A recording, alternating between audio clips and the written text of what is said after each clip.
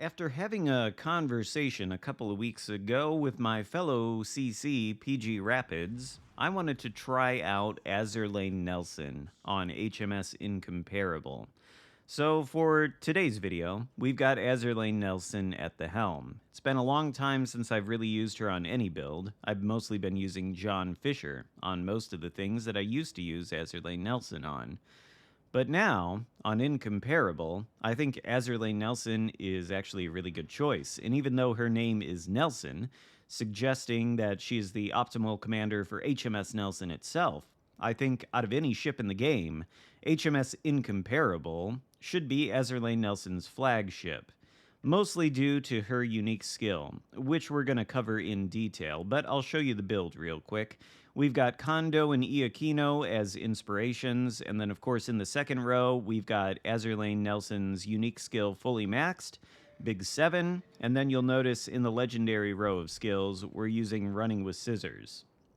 Now, Big 7, for those of you who have never seen my analysis on Azurlane Nelson in the past, or just don't remember what it does, it provides a massive buff to both the AP and HE shell damage, to the tune of 16%, but that comes with a rather large trade-off. A nerf to the armor penetration of your battleship's shells by 15%. 15% is a really large nerf. But then, we also have Running with Scissors, which most of the time that skill does not buff the damage of the main battery guns. Instead, it buffs the turret traverse and the rudder shift, and makes the dispersion slightly worse. But being a legendary row skill, it's got a special effect. And at rank 16 Legendary 3, we've got that skill 3/4 of the way fully maxed. Not quite fully maxed, the only difference is the distance at which this special effect procs. At rank 16 Legendary 3, you have to be within 7 kilometers of an enemy ship. If you have it fully maxed at rank 16 Legendary 4, then that window turns to 8 kilometers. But so, with this build, if I'm within 7 kilometers of an enemy, I get another 15% buff to both the AP and HE shell damage. So at certain points in the battle, I could be enjoying an up to 31% buff to the damage of both the AP and the HE shells on HMS Incomparable. And we're not really going to talk about how this affects the HE, because I've seen far too many Incomparables out on the high seas shooting HE. I don't think they should. I think they're tempted by the pretty absurd 55% fire chance, but I can't really think of any good scenarios where you would want to be shooting HE in this ship. Maybe at enemy destroyers, because it can absolutely devastate them, but against battleships or cruisers where you can overmatch a good portion of their armor schemes, shoot AP all the time, regardless of angle. I don't think there's any reason why you would ever want to shoot HE at larger capital ships. So, as a consequence, I don't want to encourage anybody to use HE. We're not going to talk about how Big 7 affects it on HMS Incomparable. If you want to use HE, play Nelson. Put Azurlane Nelson on there. Big 7 with the HE buff is great. But on Incomparable, the primary concern is the AP. So without Big 7, the maximum AP shell damage is 19,500, highest in the game. With Big 7, it increases to 22,620. And then, within 7 kilometers of an enemy ship, the special effect of Running with Scissors procs, and the damage would go up to 26,000 maximum. So that's 26,000 per citadel. If you're within 7 kilometers of a cruiser and you hit them with like 2 citadels, that's probably enough for a devastating strike on a lot of the cruisers you're going to encounter at Legendary tier. Maybe not Sevastopol, because that has like 60,000 HP, but it would be enough to cripple even that ship. The downside, though, is the nerf to the penetration. And on smaller guns, say 406mm guns or 380s, a 15% nerf to AP penetration probably hurts and results in more shatters than you would otherwise get. But on the largest guns in the game, just looking at the numbers, which thankfully these days are actually in the specs page, I don't think it's that big of a deal. If we look at the armor penetration and maximum range on HMS Incomparable's AP, which I think is the value of the most concern because, of course, AP penetration falls off the further away your shells go. At point blank range, these guns can penetrate pretty much anything, regardless of whether you're using Big 7 or not. So it's maximum range that's the main concern. And without Big 7, HMS Incomparable's AP shell penetration at max range is 546 millimeters. With Big 7, that gets reduced to 444. So that's a pretty big nerf to the tune of 100 millimeters less pen, little over 100 actually. However, if you actually look at the most heavily armored battleships at legendary tier, and I'm talking about Preußen and GK, but also Ohio, what you'll notice is that both Preußen and GK have an outer waterline belt of 380 millimeters. Obviously, 380 is smaller than 444, so Incomparable would have no problem penning the belt armor of GK. Ohio actually has thicker belt armor, 406, still lower than 444, so once again, no problem penning that. I don't think there are too many cases where you'll be hitting armor surfaces of battleship targets that you can't actually pen because of Big 7. I think you would with smaller guns, but not with Incomparable.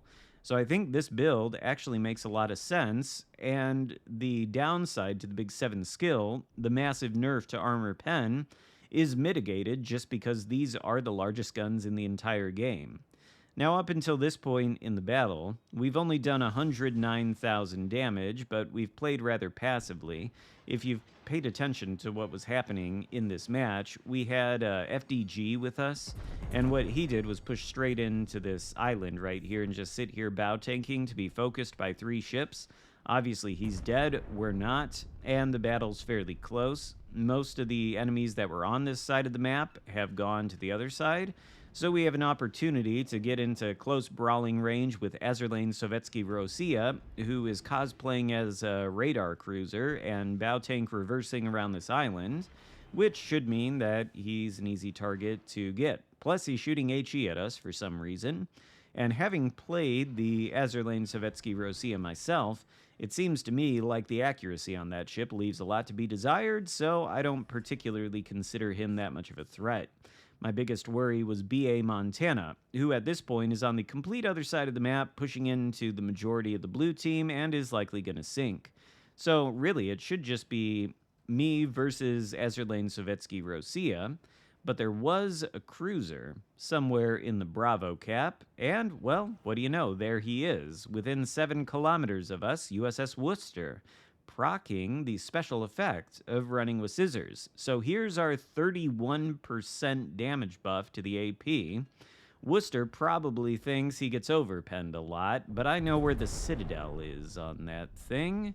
Actually, I think the Citadel's pretty easy to hit. There you go. Devastating strike, 1 pen, 1 sit, 3 overpens, 142,000 damage. I think even if that Worcester was at full HP, we probably would have gotten a dev strike there with the AP alpha of somewhere around 26,000. I don't know exactly how much HP Worcester has, though, so maybe not.